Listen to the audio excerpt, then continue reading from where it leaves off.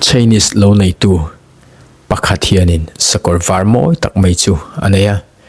aduatin thai top chuin nitin ain kol thina ni khat chu asakor chuan atlan bo san tamaya athen om te chuan ava poi kher ve o an tiloma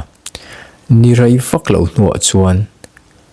asakor tlan bo ta chu sakor dang thanem tak nen chuan an lo le le alom ema asakor chu liawa ma se athenom te ro chuan an muin avalomom ve o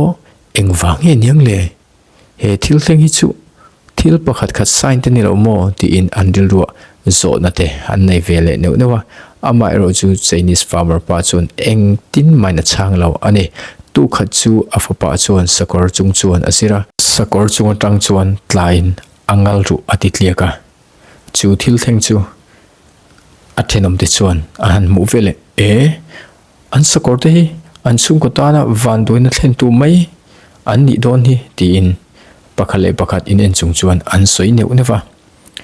chu minu rei vak lawa chuan kong khar kikri an hriat vele kong chu an honga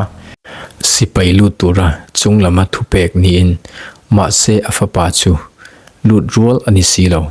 akeru ati tle awangin an ngai dam ta ani